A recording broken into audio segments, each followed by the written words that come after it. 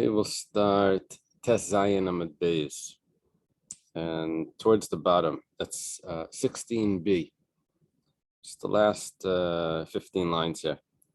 Haviru Lefanah Keshel B'Sura, right? One of the ways of knowing that the bride was a virgin, besides what it would say in the document, was that they brought in front of her a cup. Now, that wasn't quoted in the Mishnah, that was quoted in the Brisa, right?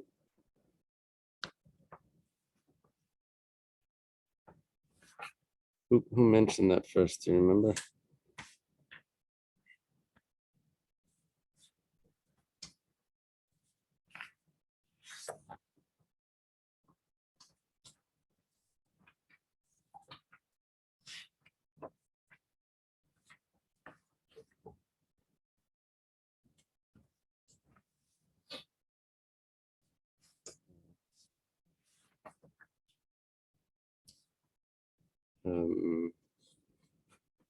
Kesubos, it's a Brisa up here. The Brisa that said that if she lost the ksuba, so then there were other possible ways of knowing that she was a basula, and one of them was this cup of tidings. What is a cup of tidings?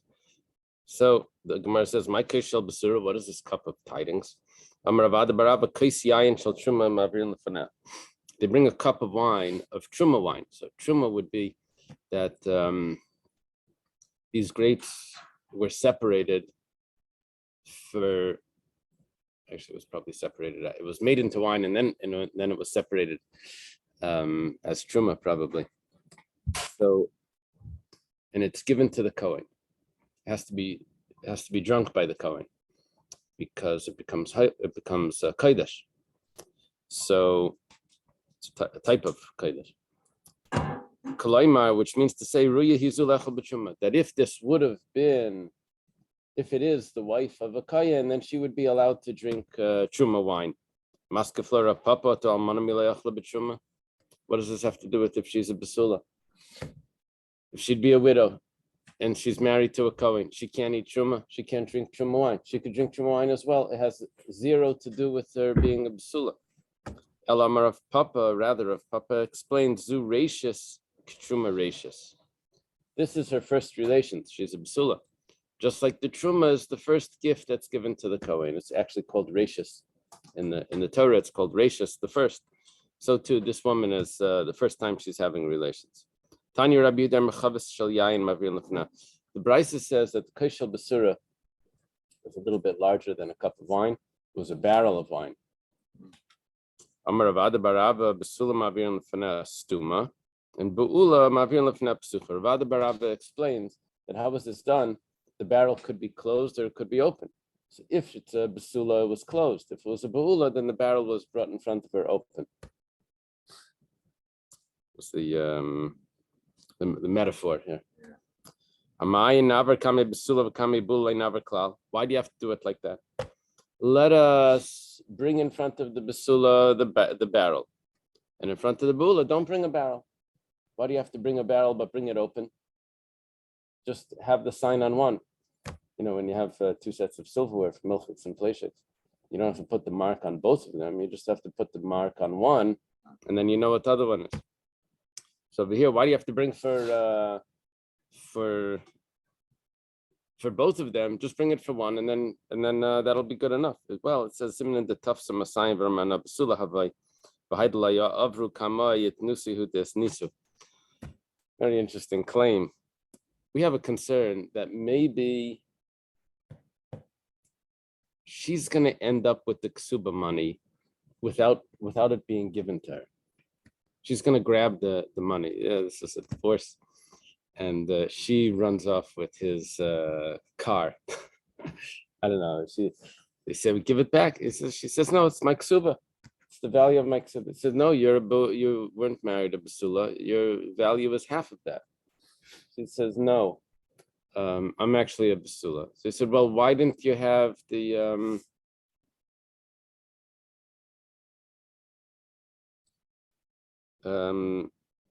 barrel brought before you?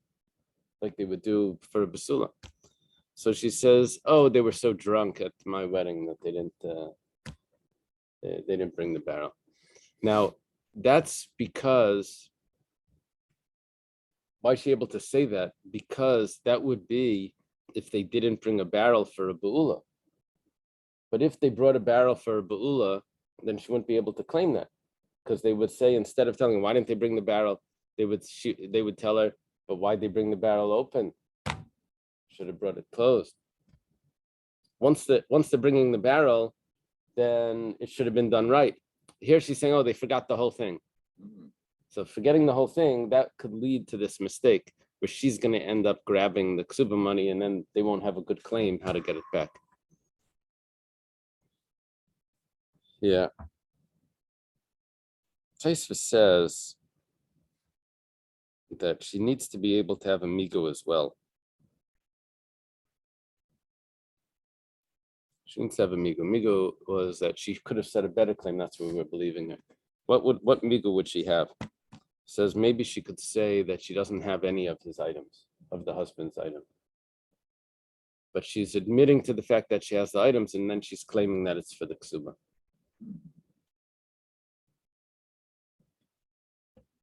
It's amigo. That's what would give her this strength. Now the problem is that this migo is contradicting the siman that should really go along with the basula, and that's what would become the problem with her migo, is that, well, okay, so where was the barrel? Seems like that's not much of a migo, because what she has, her husband's is out there, and the lot is clear what belongs to her. Yeah, but she snuck something. You know, Right. it's his. It's not like she has, clothes that are hers. Right. But she's taking what she believes is owed to her. Maybe cash or something. What does the ksuba get from Zaburis? Yeah. She can't, but now they become Because she can't do it a lot. She did it anyway. Is that it? Yeah, well, they're trying to take it out of her. The question is, are they a mitzi from her? They're taking it out of her. She is the muhsik now. That's what it sounds like. Okay. Tanur Rabbanan was taught in a brisa. It's a very famous Gemara. Keitzad meraktan lefnei akala. How do they dance in front of the kala? That means what tunes, what poems, what songs go along with the dance? What do they say when they're dancing? So Beishamai Yaimrim, Beishamai says, Kala Kamashihi. They praise whatever good that she has. Taisus points out that if there would be a mum, of course they don't mention that. If there's some blemish, they say whatever is nice about her. And Basil says no. They say that she's beautiful and she's chasuda. That Rashi translates that there's a string of kindness or grace that's drawn on her. Okay, Yamalam Bishamala Basilal. Bishamai says to Basilal, Harisha, let's say she's lame or she's blind. That's what you're going to sing for her, that she is beautiful. The Torah says you're not allowed to lie. Look at what you're doing. So, according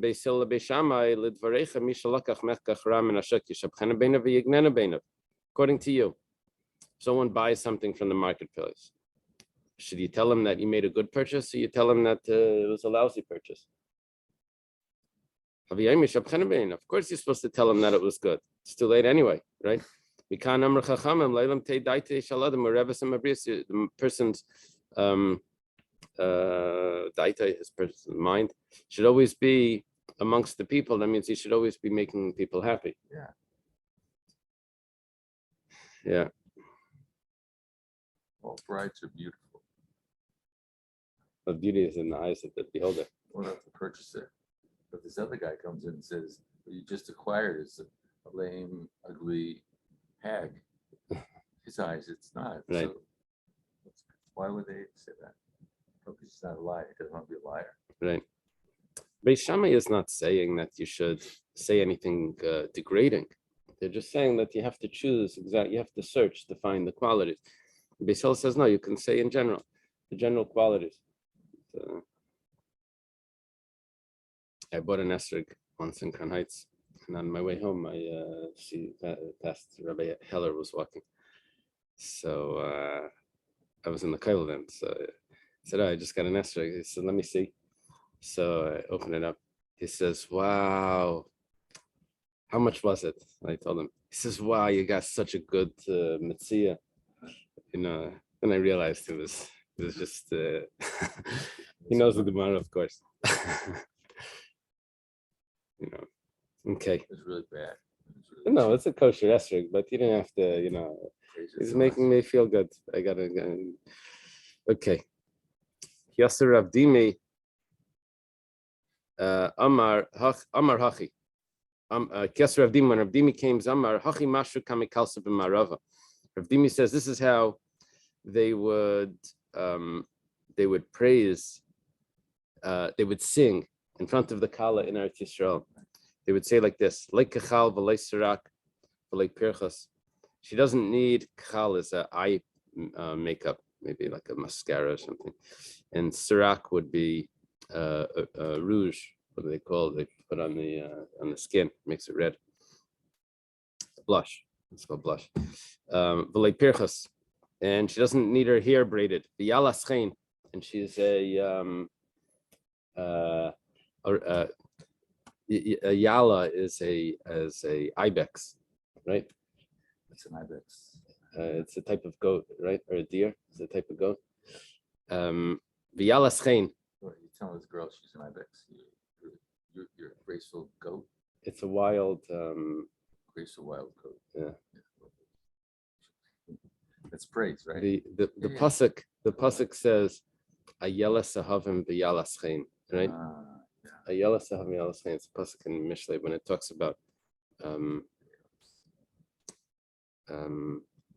was it in Perkei in Mishlei talks about that the lips of the wayward woman drips honey, but her end is bitter as wormwood, and then it contrasts that to a person's wife.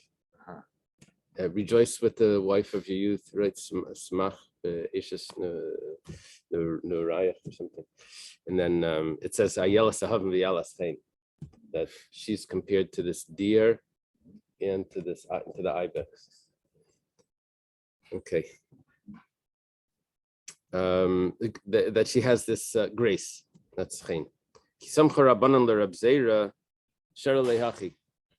When the rabbis gave smicha to Reb Zera, this is what they sang. Like chal v'lei sirak v'lei pirchas v'yala schein. Isn't that interesting? As if he's a bride. They sang that same song, that she doesn't need makeup and she has this grace. There's also two great sages in Eretz Yisrael. They also sang the same thing. Kol Mendain, but they said no. They said different. They said anyone like this, v'chol Mendain, and anyone like this, smucha lana, give them smicha for us. Leitis smucha lana, don't give smicha. Leimin surmisen, not from the corrupt ones. Leimin sarmitin, not the worthless ones. It's like rags. Sarmatutin is like shmatas. And some say don't give from the people that only give 1/5 of the reason. Turmisen, it's a little bit unclear what it is. It could be 1/3. Also could be just incomplete. Let's get into the idea of not allowed to, like, you always have to tell the truth about like a bride and her opinions and things like that. Yeah, but we hold that you don't have to. Follow Beis Hillel. Right. Rabavo, when he was coming from the yeshiva to the house of the Caesar, the Caesar, right? Caesar is Caesar because the C in English was a K, right? That's how it was. Caesar and Cicero, I think it was originally, not Cicero. Nafkan Amasa de Bekesa Lape. Is Amasa a maid or a maid of the house of the Kesar would come out to greet her, Mashanle, and she would sing. Mashanle Hachi, she would sing. It doesn't sound like she's allowed to sing in front of him, but she would say, Rabba Dame. I'm on 17a. Maybe it's about 20 lines down. Master of your nation, Midabrana Dumse. The Midabrana is the leader, right? Butsina Denaira, candle of light. Brich Messiah L'Shalom. Blessed is your coming in peace. Messiah is like Tashma, Asa. Messiah, you're coming. Blessed is your coming in peace. Amr Allah al Rabbi Yehuda Bar Ilai, Shayinaitel Bad Shel Hadas Amarak Lifnei Akala. Rabbi Yehuda Bar Ilai, this is a student of Rabbi Akiva. This is Rabbi Yehuda of the Mishnah. Whenever it says in the Mishnah Rabbi Yehuda, it's Rabbi Yehuda Bar Ilai, not Rabbi Yehuda Nasi. Rabbi Yehuda Nasi was the editor. This is when it quotes Rabbi Yehuda. Yeah, very common. This is what we see almost in every parak. There's always a Rabbi Yehuda. That he would take a myrtle branch and he would dance with it in front of the bride. And he would say Kalanava Chasuda, that she's beautiful and she has grace or kindness. They're like, you're so smart, you're so kind. A good cook, housekeeper. Rav Shmuel bar Rav Yitzchak Meraket class. Rav Shmuel bar Rav Yitzchak, he would juggle with 3 hadassim, 3 myrtle branches. Yeah, Shmuel bar Rav Yitzchak apparently is a student of Rav, and I don't know if he's on the chart. He's not as common. Yeah. The main student of Rav here is Rav Huna. They have Rav Yehuda as well. They have Rav Kana. This is a Rav Yehuda. That's Rabbi Yehuda. Oh, Big difference. Good. Okay. Amar Reb Zera commented about Reb Shmuel bar Reb Yitzchak. He says, "Kamach Siflan Saba," that he's embarrassing us, the elder, because he's behaving like just like a clown, sort of. Kinach Nafshe. However, when Reb Shmuel bar Reb Yitzchak passed away, there was a fire, a pillar of fire that separated the coffin from everyone else. No one could even get close to it. That's what it sounds like. And we have a tradition that this can only happen to 1 or 2 people in a generation. And so it must have been that he was on a totally different level. Reb Zera commented then, that branch of the elder apparently was beneficial for him. In other words, because of the way he behaved to gladden the Kala. So that helped him get on such a high level. Some say that he didn't say shutise, he said shtuse. Shtuse means the foolishness, the way he behaved. Some say that it just means his custom, his shita. Shita is a custom. His custom helped him. Okay. Ravacha would put the bride on his shoulders and he would dance with her. So the student said, can we also do that? If she is to you just like a beam of wood, it means that there's no desire for her. So then that would be okay. But if not, then you're not allowed to do that. Yeah. So don't try this at home. Amar Rav Shmuel bar Nachmani, Amar Rabbi Yonasan, mutal istakel b'fnei kala kol shiva k'dei l'chaval baila. This is Rav Shmuel bar Nachmani in the name of Rabbi Yonasan. That's also quite common for Agadata. Rabbi Yonasan. That's me. Yeah. I would assume that he's somewhere here, somewhere around the days of Rabbi Yechida. No,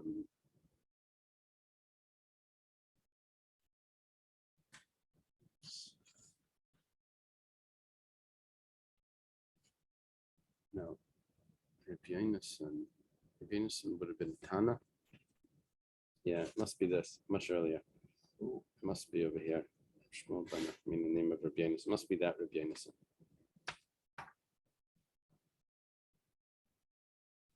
I have to check which Rabbi Yonason it would be. Okay. It says Rav. Who is it referring to? When it says Rav, Yeah. it's talking about the Rav that was in Bavel. His name was Abba. And he was in the time of Shmuel, like Rav and Shmuel. If it just says Rav, that means that it would be that Rav, usually. Okay. He says that you're allowed to look at the Kala for all 7 days to make her beloved by the husband. When the husband sees, the chassan sees that everyone is impressed with his wife's beauty, so then he's going to love her even more. So that he says it's permissible. However, less ilchas say the halacha is not like him. You shouldn't be looking at the kala, just like you shouldn't be looking at any other women. Yeah. I didn't hear that. No, I don't think so. This is the reviews on the man, not the Right. woman. Right. I don't know if they're making feel better.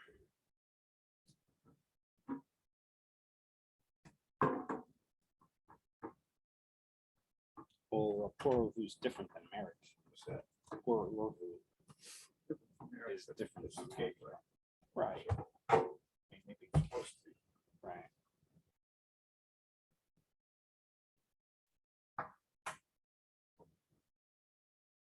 It can't just be that simple halacha. It must be like more of the shalom bias and the whole the structure of the family and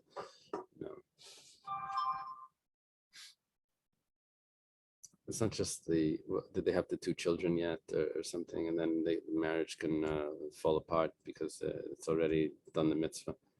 There's more to it than just that. You see the Shalom ba'alecha. There's all these things about.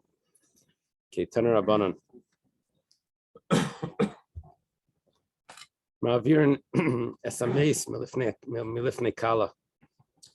At the same time as a wedding, there's a funeral that's taking place. So who gets to cross the street first? Which one do you go to? Well, yeah, it's not actually asking which one do you go to. No. It's asking literally who takes precedence. So the kala takes precedence. But if there's a king, the king goes first. So he would get to be able to cross the street first. King is in the coffin. The No. king is walking King is walking. with them. And then you have 3 things happening right here. The funeral, the kala, and the king. King goes first, then the kala, then the funeral.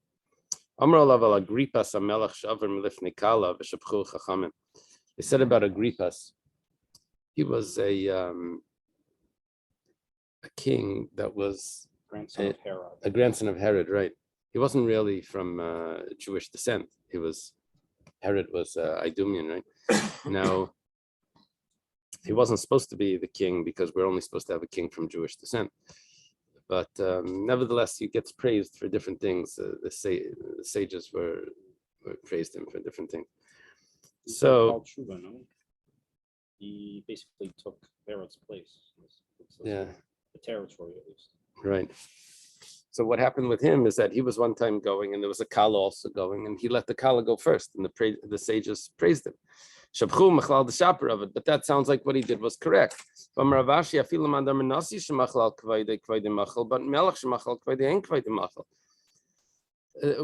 why is what he did correct? He should not have forgone his own honor. He should have been demanding of his own honor, because a king is not allowed to be meichel to forgive his own honor. As it says, Damar Mar, same Tasam Alachem Melech, the master taught that it says that when you put on you a king, that you're supposed to have fear for him. He's not supposed to be meichel his own covet. And here he was meichel. He let the bride go first. He wasn't supposed to. He should be more demanding of his honor. Michael is to forgive. You should not have forgave. Yeah. Like President Carter carried his own luggage into the White House. People criticized him. Said the king doesn't. Oh, really? Yeah. They do that for campaigning. Uh-huh. Francis Put on like denim jackets and they go to the pub. Uh-huh. So the Gemara answers precious Jachem Avai. It was able to be excused because it was a crossroad, and it made it look like he wasn't actually doing it for her to let her go first. Made it look like that was which way are we going now? And then meanwhile she was able to pass. Okay, Taner Rabbanan. Stood in a brayso mevatel Talmud Torah leitzos meisach nasas kala. Actually, you stopped the Torah study to go to a funeral and to a wedding. Amar Laval Rabbi Yehuda Bar Bilai shem mevatel Talmud Torah leitzos meisach nasas kala.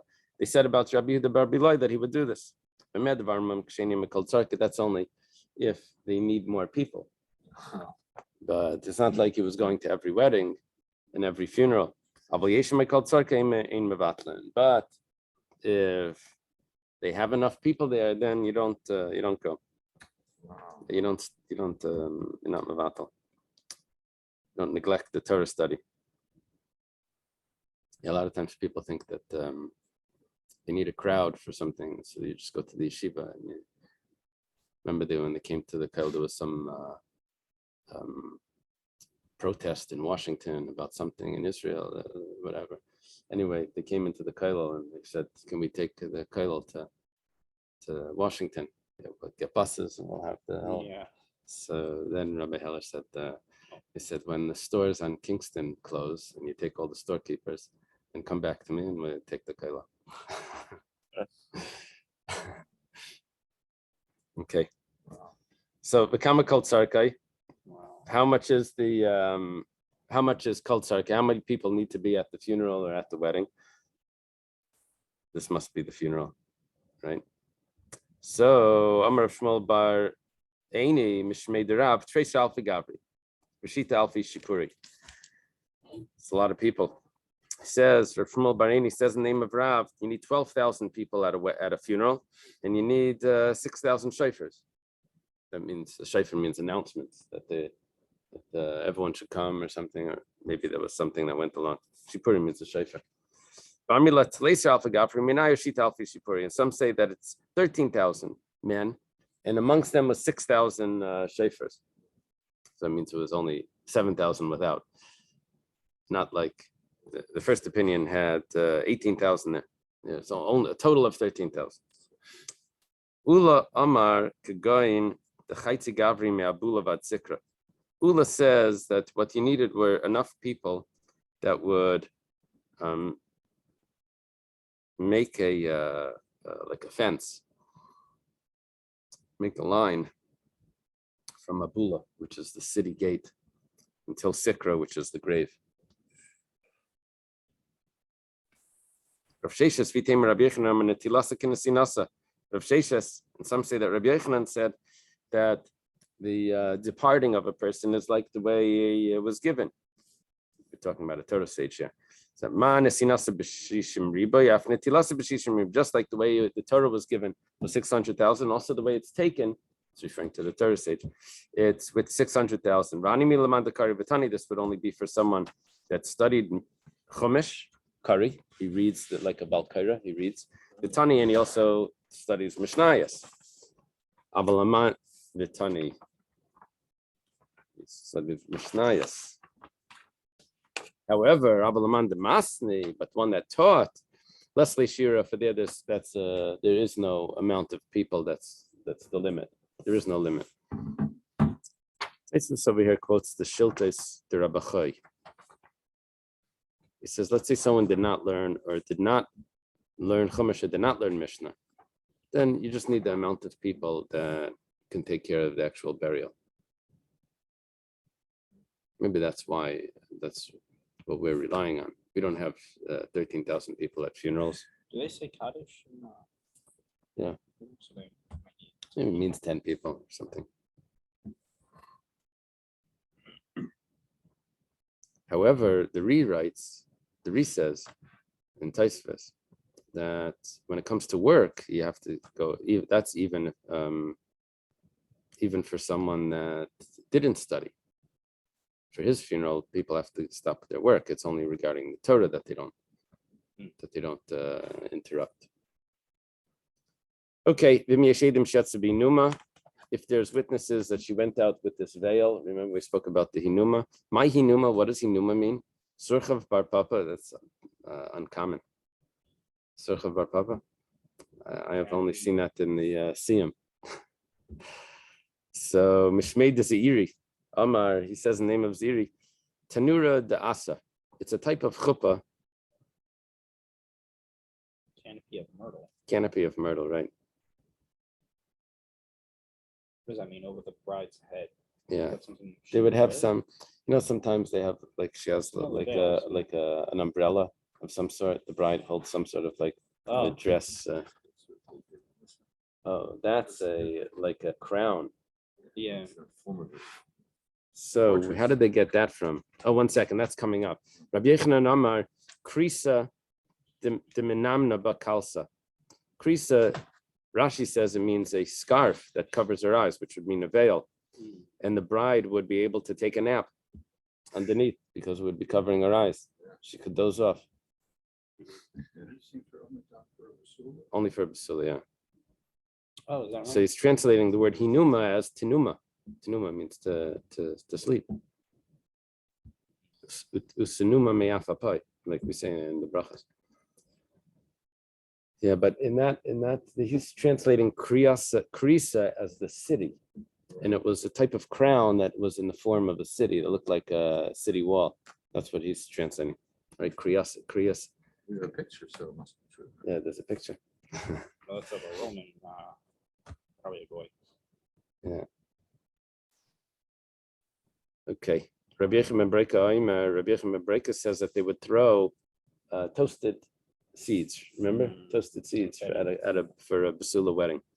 Tana was taught in the Bryce to be Yehuda Raya that's what it would be. That's what they would do in Yehuda, in that area in Israel. But Bavel, what did they do in Bavel?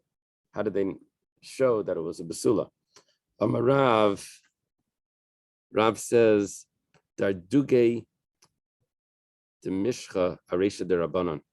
They would drip oil on the heads of the students. It was some sort of It's like anointings. yeah. It was a they would put oil. They would oil their hair. Slick it up. Yeah. We do that today. High school kids. They put oil in there, yeah. Yeah. Slick it. Pretty much. Remember on the back of the seats in the bus or on the airplane, there was like this paper towel that would Yeah. hang down. Remember that? Those days the buses had them. Yes. The train had it. That was because if they would have all this oil in their hair, From the they wanted weddings. to be able to from the weddings, from the basula weddings. Yeah. And you put in your hair, right? It's shiny, you know. That's what they would use, lanolin. That comes from like goat hair or something. Greasy. Put in their hair, make it shiny. Uh-huh. They don't do that today. No, we don't have hair. Give them thought. Okay. So Amar Le Rav Papa La Abaya, Rav Papa says to his teacher, Abaya, Mishcha de Chafifusa Kamarmar. What are you talking about? They would put in the hair this oil that would be used as a medicine for sores. Chafifusa could mean a shampoo, but it could also mean because of sores that were on the head. Amar Le Yasma.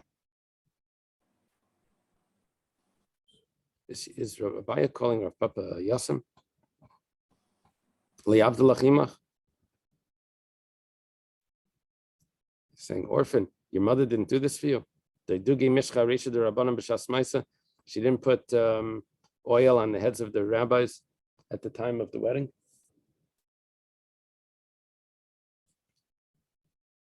What's this about an orphan though? I don't know why Rav Papa's getting called an orphan. That's what it sounds like. Is it saying, is he calling him an orphan? Calling him an orphan because he was ignorant of the custom. Oh, so that's why he gets called an orphan, because he didn't know the custom. Your mother. Didn't your mother do something for you? If you Yeah, were because it's orphan? like her, usually you have a your mother. mother Oh, teaches so you. it was sort of like a sarcastic. Yeah. But you didn't have this done to you, Your parents didn't teach you manners? right? Right. Kihada humer rabbanan the asik le'lebrei bei Rabba bar Ula, that there was this there was this sage that for his son in the house of Bei Rabba bar Ula of Amila Rabba bar Ula asik le'lebrei, and maybe it was Rabba bar Ula himself that did it for his son Bei hahumer rabbanan at the house of one of the sages. The dardig mishcha aresha the rabbanan mishas ma'isa. Wow. Yeah, well, I guess the two ways over here was either it was one of the sages' daughters is getting married to the son of Rabba bar Ula. No, one of the sages' sons is getting married to the daughter of Rabba bar Ula, or Rabba bar Ula's son is getting married to the daughter of one of the sages. And they put oil on the heads of the students. You say students, but here it says sages, like the families. These are sages. Yeah, I don't know what Rabbanan means. If it means students or sages, same thing, right? Tell me the chacham. This means students. Armaltamai. What about a widow? What happens for them? How do you know? So Tani Rav Yosef Armalta Leslie Kisney. That's easy. Armalta, they didn't have the toasted grains. There's different interpretations of what this means, but this is they did not throw the toasted grains. This is also with a divorce. What's the term? Yeah, it would be the same if she was divorced, What not if, just a widow. she was like being remarried again, second marriage, but That's a good question. Chatan Yeah. was So for first. that, well, the way our Gemara is Well, putting it, Sheva brachos. yeah, for Sheva Brachos we made a difference, but we said if one of them was Right, the yeah. first time, but what we're discussing here is specifically if Probably she's a it's just basula, like because challah. this is going to be a sign for the ksuba later on. If Was the whole idea of a basula also applied to the chassan, or no, not so much? no, just the kala, yeah. Right? Didn't we have when we had this whole discussion, like, how does he know what a virgin is supposed to feel? Right. So there must have been some kind of custom or presumption that a man would not have relations to marriage. Right. Right. Is it like today? I don't know what today means. Depends on which Or should circles. say- In our circles, yeah. In our circle, Yeah. yeah. I assume the values are basically the same, and also it's a relations out of marriage would be, let's say there's no issue of nida, let's say she went to the mikveh and all of that. That would be, is that a rabbinic prohibition or is it no prohibition? Is it a rabbinic prohibition to have relations out of marriage? Single, a boy and girl, she went to the mikveh. I think it's a rabbinic prohibition. Yeah. Would they be, No, the issue would be if it's a designated like a girlfriend, not just a zaina. A zaina would be a prohibition, that's clear. But this is someone that he's just not married. They live together. Just would they that never had a chuppah, retroactively create like kedushin almost, like that would be marriage. like de facto marriage. Yeah. No, they would need a real kedushin, right? That was Rob Henry position. That it was a marriage, That even without a marriage, if you live together and present yourself as man and wife, right? he said, So interesting. and concept. Such a Right. Moshe Feinstein's position. Right. Oh, is that right? I think there's a machlekes the Rambam in the Rush about this. If it's a biblical prohibition just to live with a woman without being married. Okay. Rabbi Yeshua b'Aimer L'Chaverei. Start a new discussion over here. Oh, really? This is There's no red totally mark new. here. There has Usually to they be. have like these red marks. There has to be. Let's see. Mishnah continues. Oh boy, this is a brand new piece. This is totally a new discussion. Yeah. Right here on my Rabbi Yeshua. Yeah. This is a brand new piece.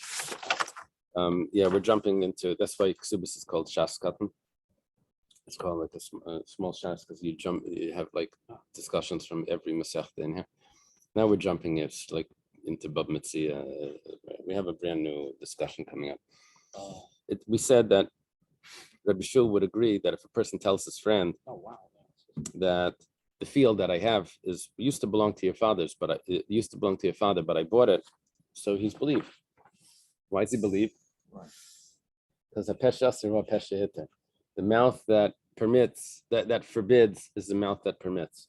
He's the one that admitted that it belonged to his father, so he's believed also that when he says that he purchased it. Okay. The Gemara has a question now. It says,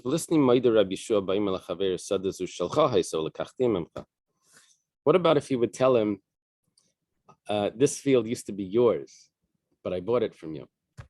How about that? Not used to be your father's, used to be yours. Would that be different? So apparently this fellow has no proof that it's right, because what happens after that in the Mishnah? The Mishnah then says that if witnesses say that it belonged to him, to his father, then he loses the pesha asar and he's not believed anymore to say that he bought it from him. This kind of like. So we're talking about where he doesn't have like proof. The whole idea of migu. The migu, right? Yeah. So. Yeah, there's nothing, no ground to stand on to gain. He has nothing to gain from this. He has nothing to gain. He's admitting. The guy has no proof. The owner had no proof. So it should be the same thing. But it must be that he's already living on it or using it. Yeah. So he has a chazaka. Yeah, well, that's we're going to get into that now. Like, we're going to say, well, what's the story? Is there a chazak? Is there no chazak? Okay. So the Gemara says, well, we didn't say that because the end of this would not fit. In other words, Rabbi Yeshua has two parts to his statement. One is that if he admits that it belonged to the father, but he says, but I bought it from him, he's believed. Second part is that if there are witnesses that it belonged to the father, we don't need his admission, then he's not believed. So when we're suggesting now that why did he say belong to the father? Let's say it belonged to him. Right. So we're saying now that he would be believed. Even he would be. He says this field used to belong to you, but I bought it from you. He's admitting that he would be believed. The only problem is mishum de kabayla misnei seifa. But how would we conclude with saying if there's witnesses that it was his, then he wouldn't be believed? The Gemara says, well, hey chidami, what's the case? Why wouldn't he believed if there are witnesses that it was his? Witnesses that it was his meant 50 years ago it was his, or 10 years ago it was his. But he bought it. The witnesses don't say, right, the witnesses don't say whose it is right now. If there's a chazaka, you know what chazaka means? There's I just know people say when you do 3 times. 3 times is a chazaka. Now, over here, what it means is that if the purchaser lived in that field for 3 years, then he doesn't need to hold on to the document anymore. Oh, generally with anything, receipts, documents. Yeah, he doesn't need to hold it after 3 years because when the guy says, well, where's your document? He says, well, it was so long ago. Right. We can only do that if he's lived on that property 3 years. So if he's lived on that property for 3 years, then we assume that it's his even without a document purchase. That's what we're dealing with. There's no document there. So if there's a shnei chazaka ma'ila mehemen, he's not contradicting the witnesses. He's saying that he purchased it and he has a chazaka, which is all good. And he has even witnesses that he's been there for 3 years. And when he's there for 3 years, besides the fact that he doesn't need the document, but there's also a logic that where were you, Mr. Owner, the previous owner, why didn't you show up in the last 3 years and make a claim? So that's like a reyesa. You should have done put in a claim now. I was very smart back then. Should have been meicha. It's called meicha is a protest.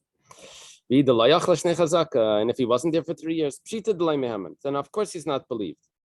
So we don't need the whole end of it, of the Eidim. If there's Eidim, then he's not believed. First of all, why not? And if there's no chazaka, then why yes? Of course he's not believed. So Zihachi, if that's the case, so Gabi Aviv Nami, you're creating a problem now. Why the Mishnah didn't say that he told the person himself that the field used to be yours? They say because that case would be pointless, because either there was a chazaka or there was no chazaka. And it was either it was he would be believed, which was against what the Mishnah says, or it was so obvious that we don't need to tell you. But that same thing is so obvious if it's the fathers. Yachi Gabi Aviv, in the case that we actually did say, it's the same thing. Why wouldn't he believe that there were witnesses that it used to belong to the father? But he's been there for 3 years and no one protested. And if there wasn't there 3 years, then it's obvious that he's not believed. Mar says, well, no. The reason why we said that case is because it's coming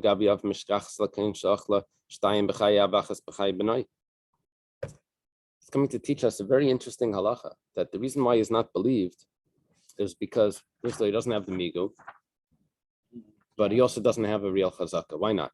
Because there were 2 years that he was there in the lifetime of the father, and 1 year in the lifetime of the son. And it's following the view of Rav Huna that holds like this. He says, you can't make a chazaka in the territory, in the possessions of a child, even if he then grows up. Why? He doesn't know to protest. He thought that you were always there. Even when he matures? Even after he matures, because you started in when he was a child, he doesn't know to protest afterwards. Well, if that's the case, then that would explain why when he said this used to belong to your fathers, but I bought it 3 years ago. That's 2 years was in the lifetime of the father. 1 year was after he passed away, and he doesn't have a chazaka. So now it depends if there's Eidim. If there's no Eidim, then he has a migo, and if there's Eidim, then he doesn't have a chazaka and there's no migo. So can we say or imply from this that a child doesn't have any ownership and it's all his parents? Well, he really has, he's inheriting it. Mhm. So, but the question is, but why didn't he protest? That we can't say, because he was a child. He didn't know to protest. What's the logic of saying you can't protest after he becomes adult? Well, we don't say that he needed to protest because maybe he didn't know to protest. Now that he found out, now he should be able to protest now. That's what we're saying. So taste for Sobia. The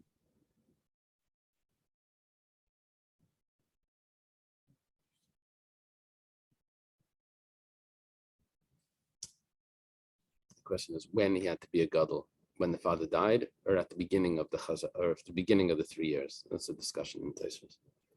For the sake of the Daf Yomi, you just pick and choose Rashi, Tosfos. Oh, which one? Yeah, because otherwise I feel like it's not much. Oh, yeah. Yeah. The benefit of the Daf Yomi share is that I get to limit how deep we. That's the big one. Because if you have the art scroll, you could spend a week on, with all the notes on a Gemara like this. Yeah. Yeah. Okay.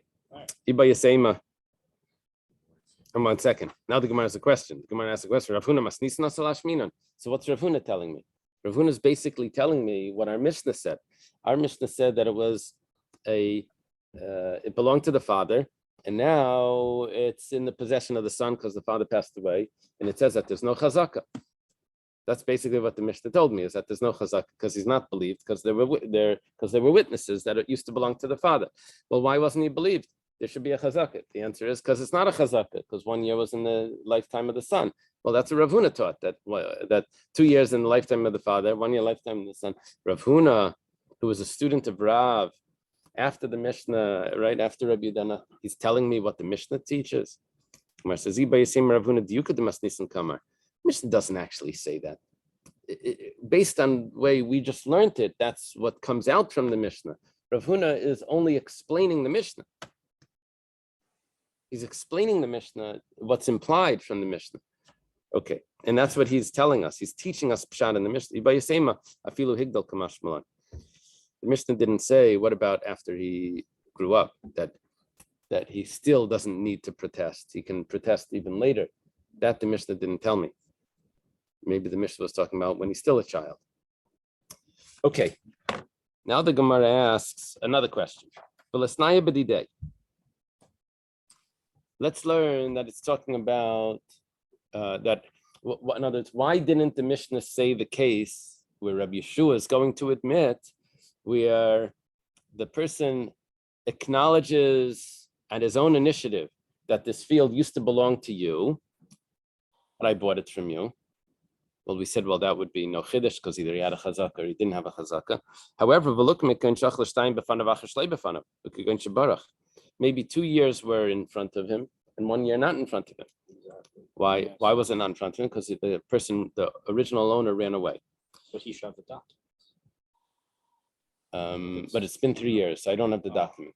But what about owner protesting? So we would say that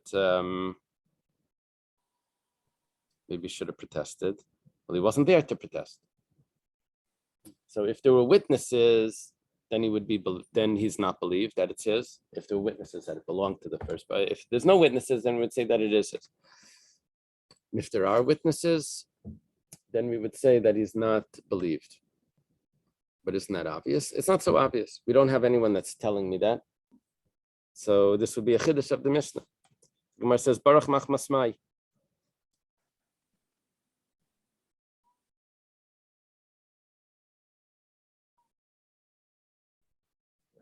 Why did he flee? Why did he flee? If it was a matter of life and death that he had to escape.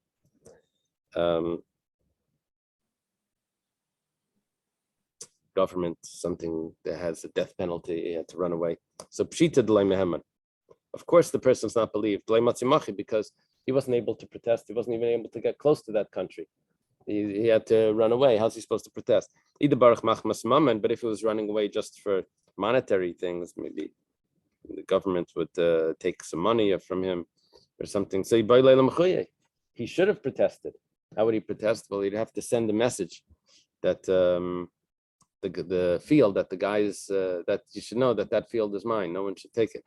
The kaimulan machash lebefanav have a because we have a ruling that he doesn't even need to protest in front of the person that's living there. He just needs to protest in front of witnesses, even in the location where he is. So why doesn't he have to do this if he's running away because of his life? Maybe because he doesn't have to think about it. You have these bankers that had to leave because they were so bad, and they took off for Morocco, I think. But they didn't protest that they had taken. Right? So here you're saying you don't have to make a protest because you have to make a protest, but not in front of the person that overtook the property. You're just in front of someone else. The Tanan Shalish Artzis LaChazaka. There's 3 lands for Chazaka: Yehuda, Vevar Yardin, Va'Galal. Let's say the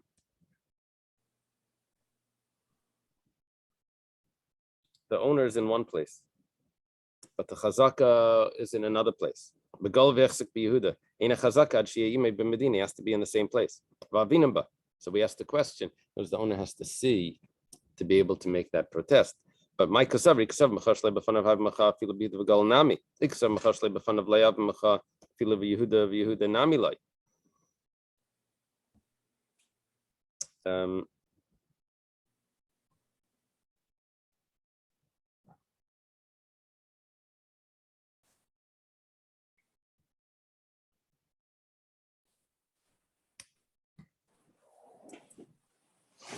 Let's see.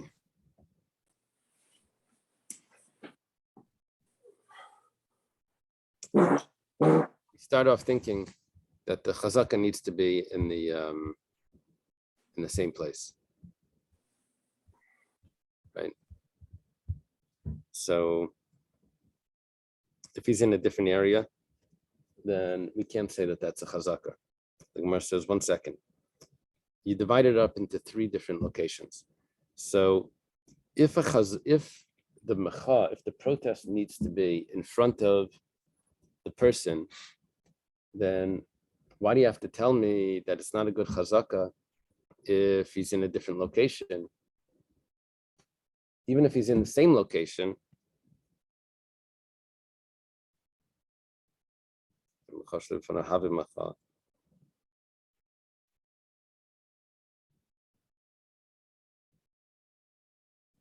let me take a look at your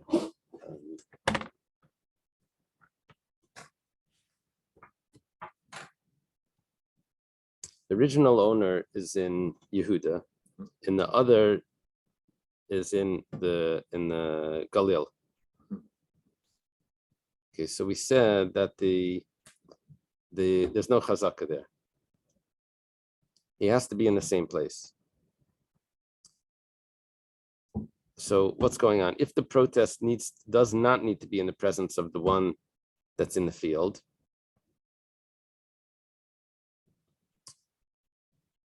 if the protest doesn't need to be in front of him, then even in the case where one is in a different area, then it should be considered a macha. No, yeah. What that means is that it comes out.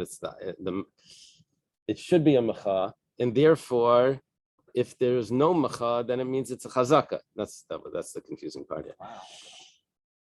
Macha means a protest. If the protest is a good protest, even though he's not there, then the chazaka would be a good chazaka, because the fact that he didn't protest, which would have been a valid protest, right? Then that tells me back on the person that's in the field that the fact that the owner didn't protest means that it's his. And if he holds that a protest is not a good protest, then the chazaka is also not a good chazaka. So then if that's the case, then why does it have to be in a different country where it's not we say it's not a good chazaka? Even if it's in the same country, if the protest wasn't done in front of him, it's also not going to be a good chazaka. The only difference is that if it's in the same country,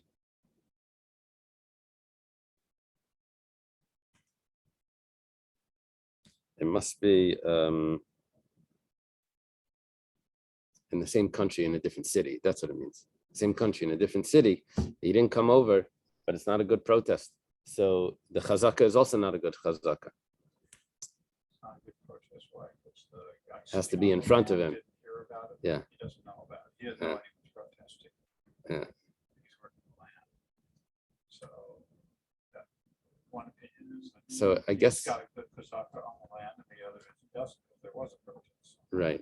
I think it has to do with if he should have watched this document.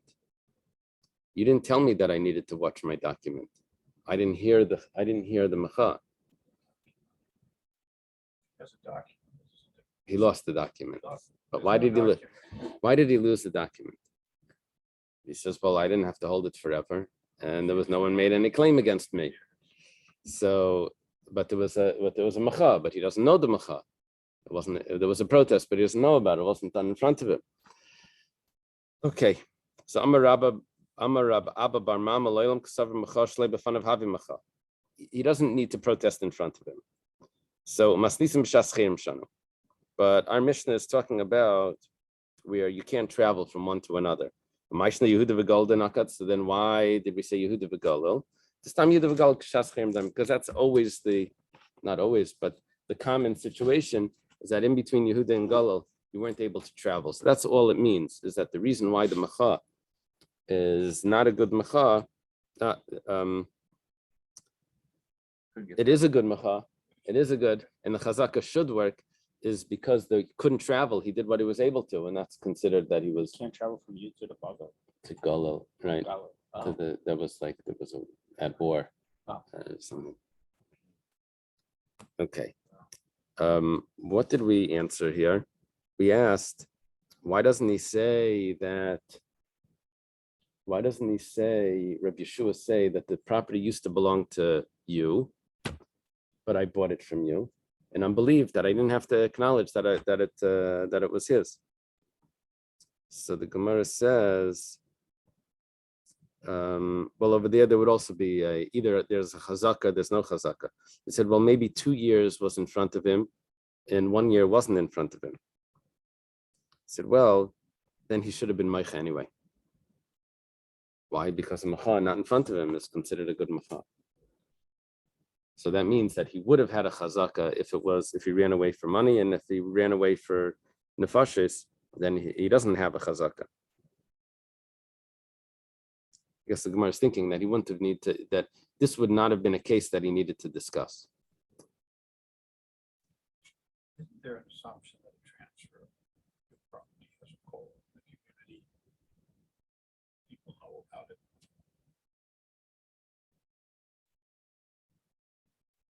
Oh, it's in the county assessor's file. Back in the times of the mission, there was an assumption that a transfer was called. People know that. I'm not sure. Usually it discusses that he lived there. It discusses the chazaka. The people see, the neighbors see him living there.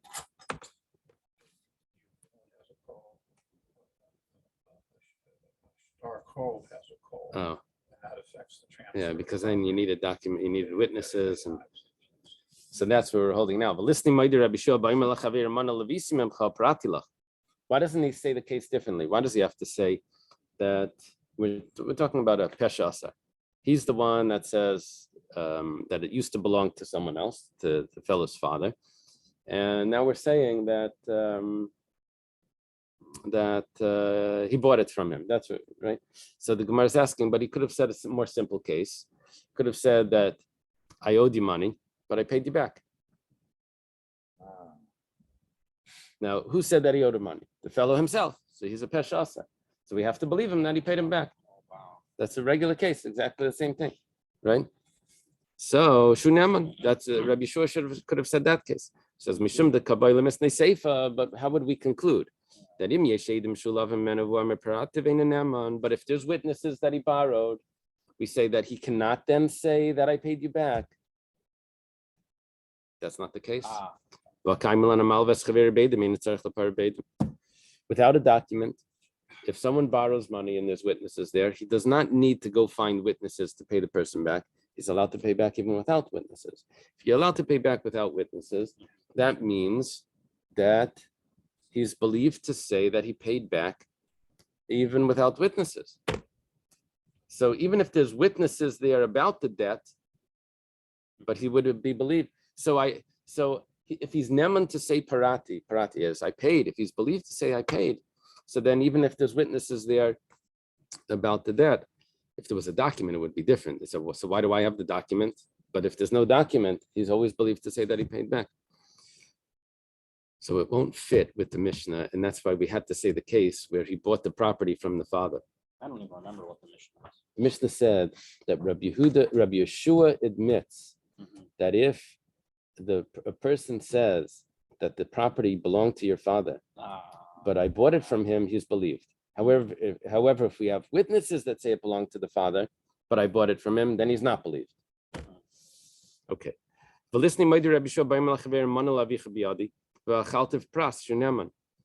Now we get a really interesting story. Let the Mishnah say that Rabbi Yeshua admits that if the person says that I had borrowed from your father 100 coins. Okay. But I've paid him back. Hatzlacha. But I've paid him back half of it. What do you call this? Maida b'mikzas. Usually it's called a maida b'mikzas. Only problem here is that a maida b'mikzas is when the person claims. You owe me money. The guy says, you owe me $100. He says, no, I only owe you 50. Right. That's a maida b'mikzas. Here, he's keeping track. There's no one claiming from him.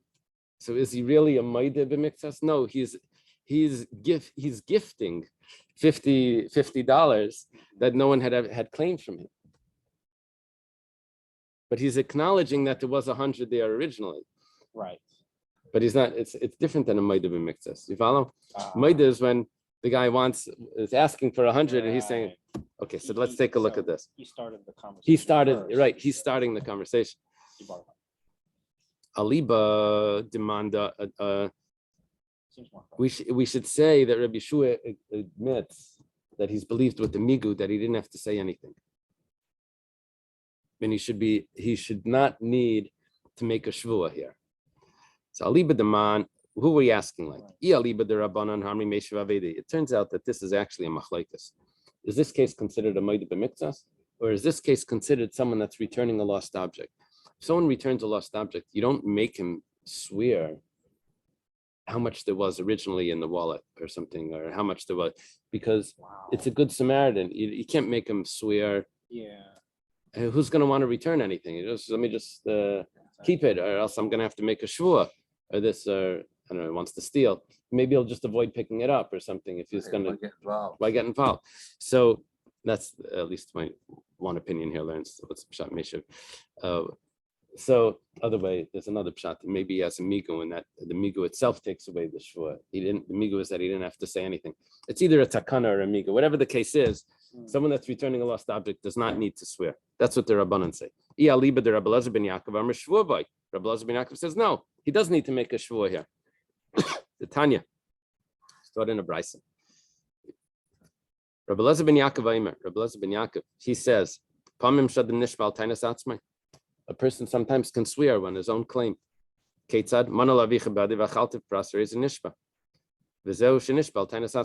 exact case, Rabbi Elazar ben Yaakov says that he has to swear, even though he's the one that's bringing up the issue. He's the one that's bringing up the debt.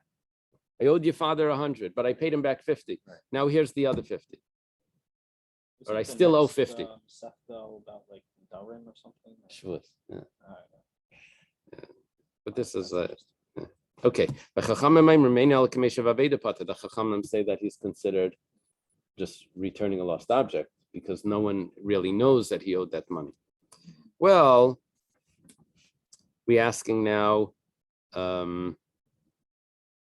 if that would be the case, if that's what Rabbi Shua was saying, well, who would he be following? Is he following the Rabbanon? Meshav Aveda. We know already that then. If it's Rabbi Elazar ben Yaakov, then he still needs a shvua. Well, Rabbi Elazar ben Yaakov, the Gemara asks, let's say Meshav Aveda pater. He doesn't hold that a Meshav Aveda is pater. It's a takana, that someone that finds a lost object is considered a Meshav Aveda. He does not need to make a shvua. And here, this is basically a Meshav Aveda. He's returning the lost object. It says, Amarav b'tayanu katan.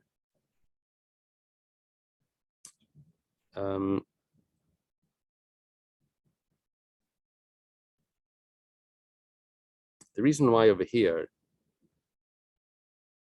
why he has to make an oath, is because they are actually claiming it from him. But it's a child that's making that claim. The Gemara says, then why does he say you make an oath? You can't swear on an oath that's administered because of a claim of a child. The Gemara says, well, my katan gadol. What do we mean a child? We actually mean an adult.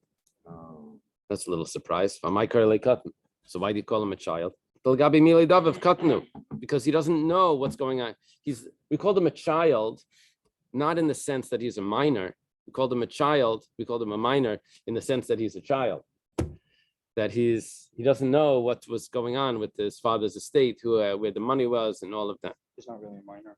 He's just right. But really, he's really an adult. Yeah. That's claiming that you owe my father money.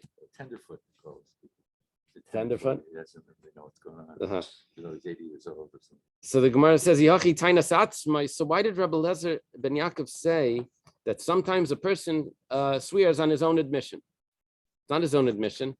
Tainas achirim. It's someone else is claiming from him. It says tainas achirim v'dos atzmai. It's someone's claim, but it's his own admission. The Gemara says, well, kuli tainas achirim v'dos atzmai. It's always like that, where someone is claiming and he's admitting, and that's the maida b'miktzas. Why is he specifying this? Rather here, it's discussing the logic of a Maida b'miktas is based on something that Rabbah taught. Maida b'miktas is when someone admits to 50% of the claim, has to make a shvua. It's based on something that Rabbah taught. What did Rabbah teach? Why does the Torah say? But that's not when he brings it up. That's when he says, you owe me 100. He says, I owed you 50. Yeah. That's more. So here we'll see the difference. He says, why does someone have to make an oath if he admits to partial admission, right? Right. Because really, a person doesn't have the guts to deny it entirely. The guy says, Yomi money. He wants to, Yeah, it's he can't say, no, I don't know what you're talking about. I don't know you anything, because he doesn't have the guts to do that. But the truth is, this person does want to deny everything. But the reason why he doesn't, because he doesn't want to, he doesn't have the audacity to say that he doesn't know anything. Really, he should be admitting to everything as well. So why doesn't he admit? Yeah, why? It says he doesn't actually have the money. Broke. So what does he do? He doesn't have the money.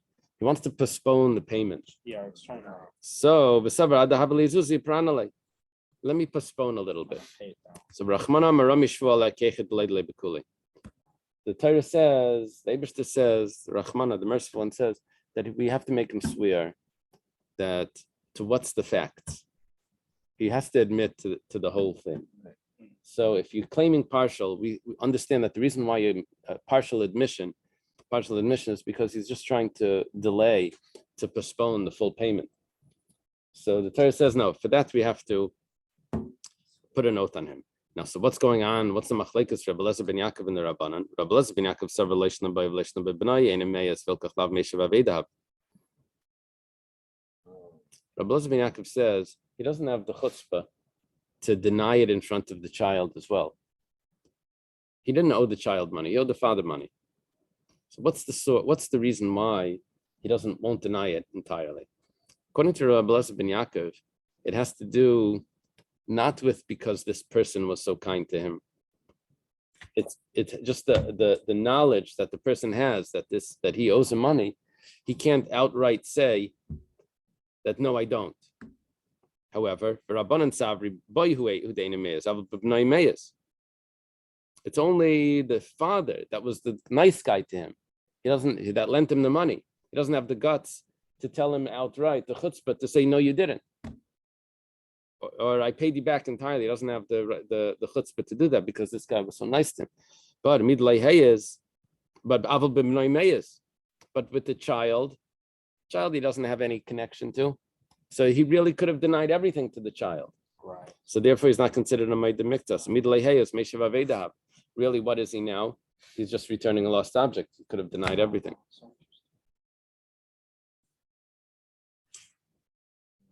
Okay, let's leave it over here. So we're in the Mishnah. Yeah, we're at the Mishnah.